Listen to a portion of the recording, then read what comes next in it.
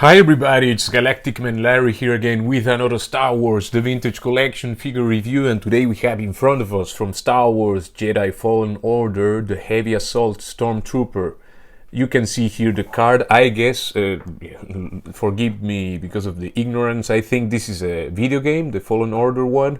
I haven't played the games, I just like Star Wars and collect not all the figures, but many figures from Black Series and Vintage Collection. We have this cool artwork here on the card. It's just, I guess it's like a still image from the game or something like that. You see the trooper there with his heavy blaster here, like it's like a Gatling gun, has a fire effect if you can see it there. Cool thing, he comes with a pauldron, he has the new rocker ankles and has this blast effect or shield or whatever that you can see here. And in the back of the card it's a bit ridiculous to have just a bunch of letters, a bunch of text, and just two images of the same figure we got, and another Stormtrooper, the commander, you know, which is on its way actually. So maybe soon he will be on the channel. And yeah, you can see a lot of text, GamingGreats, and yeah, of course it's from a video game because GamingGreats. In any case, here's a figure. Let's take him out and see how good he actually is. Just wanted to show you before I take everything out. He's this guy, the blaster on the first, like the first tray, and these two parts are in the separate tray on the back.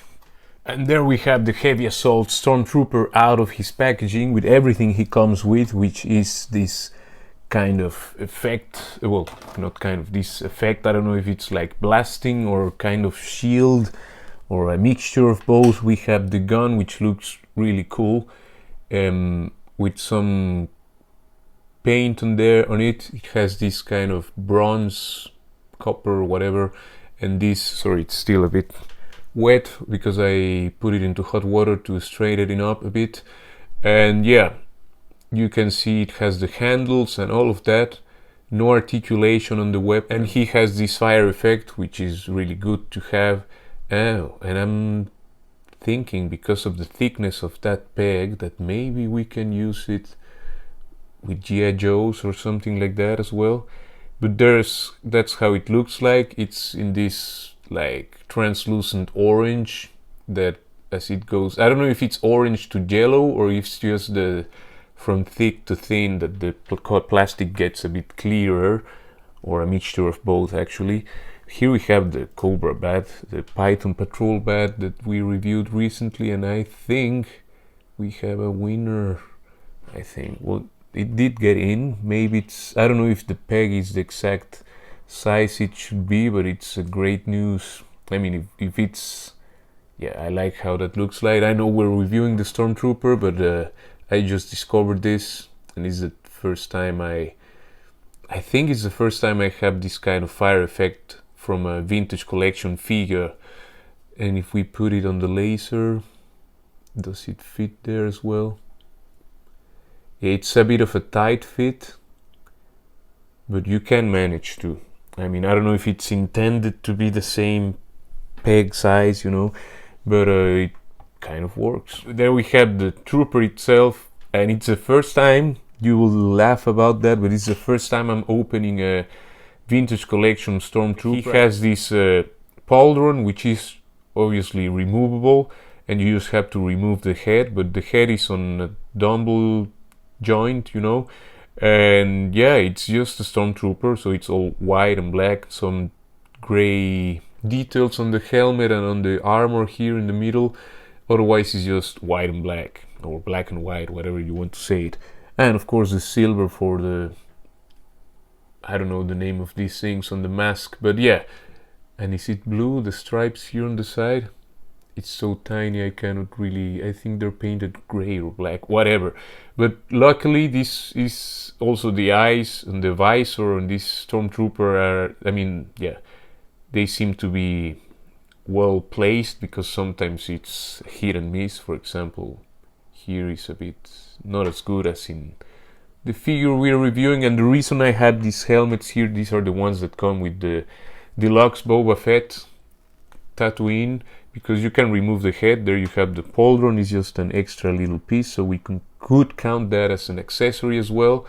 And then we have the helmets, which you can totally put in whatever, in any modern Stormtrooper body, and it's a cool thing to have, because now you can use these heads for some more like battle damage troopers. They don't have to be dead, but they have been through some stuff, and they're still in the battle, or they want to keep their damaged helmets as, you know, like battle scar kind of thing. So it's cool to have these both heads here. I'm sure I'm not the first one. No, I'm definitely not the first one swapping them into a Stormtrooper body, but there they are. It's a cool thing that they gave us heads that at least can be used more than just decoration, you know. Anyway, let's make this guy pristine again with the head he comes with. As you can see now, it's all wobbly. Let's hope that adjusts in a moment. But the head can look up that far, can look down kind of that far. Of course, the sculpt gets in the way. It has wiggle to the sides, can go all the way around. The shoulders were frozen on mine, but they can lift up to 90 degrees, which is cool. They can go all the way around. He has a swivel at the elbow, nothing at the biceps, but at the elbow, and it goes a bit over 90 degrees, a little bit, just a little bit, slightly, you know. This hand can go in and out and turn all the way around, and this other one is a trigger finger hand and can go up and down, which is great to have. Can go all the way around and swivel here. He has a diaphragm joint that can go backwards that far, can go forwards that far, can tilt to the sides. So this figure has a lot of movement. I mean, yeah, great articulation for this Stormtrooper. It's not a new mold, but it's the first time I open one of these, so for me it's new. But the sad thing is they didn't take the chance. They gave us the rocker ankles, which is great. The sad thing is that they didn't add the modern or the more logical hip system, just the T joint. So we still have this thing that you have to turn the leg, turn the thigh, and then kick forward or whatever, you know, this not so organic way of adjusting things that is much more, I mean, at least for play, is much more complicated as I would like just to lift the leg with a, like, yeah, that's something that I hope the vintage collection keeps, like, updating every figure, or every new figure comes just with the modern hips, the normal T joint, you know. And I've said that before in videos, but I will keep saying it because that's just the more organic thing to have, you know. The knees can go backwards that far, just like 90 degrees or almost, or kind of. Both knees, of course. Well, this one is, anyway, it's like 90 degrees, and I already showed the ankles. The feet can go backwards that far, forward that far, which is great, and has a really good ankle rocker, maybe better than some larger figures. Not maybe, I'm surely better than many 6-inch figures. And this is a 3.75. What about that? Now, to give this guy his weapons, actually I realized that I was mounting this, and I think I took the gun apart. As you can see, this piece, anyway, you put this here somehow. I don't know if that's the way it should be again, but let's just do it like that for now. Then you just push this in, and of course the fire effect goes in the peg, but before that, let's just give him the weapon.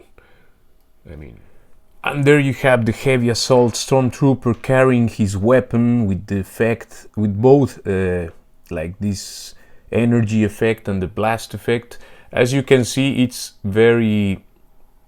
makes him very top heavy. The weapon is very heavy, and he tends to fall, especially because mine has a bit of a play there on the ankle. And of course I could find another pose, but this is the one I wanted to show, or is the one I've been fiddling with for now. Now I managed to balance things a bit. And it looks very cool, but again, this chunk of plastic, which is the weapon, is very heavy. I had to turn this hand around like this because only with the thumb it wasn't working. And this other one, yeah, you just have to find the way. But again, it's a thick and heavy piece of plastic, which makes him want to fall down. Now I think I finally find the way. Now for size comparisons, let's just straight jump into it. There you have this is the Mix Mayfield figure with the helmet. I don't remember the name of but this kind of guy from Morak. Here we have the Death Watch Mandalorian, yeah. Here we have him next to Ahsoka Tano and Din Djarin. Let's also bring, why not, Boba Fett and a Short Trooper, and why not also a Death Trooper.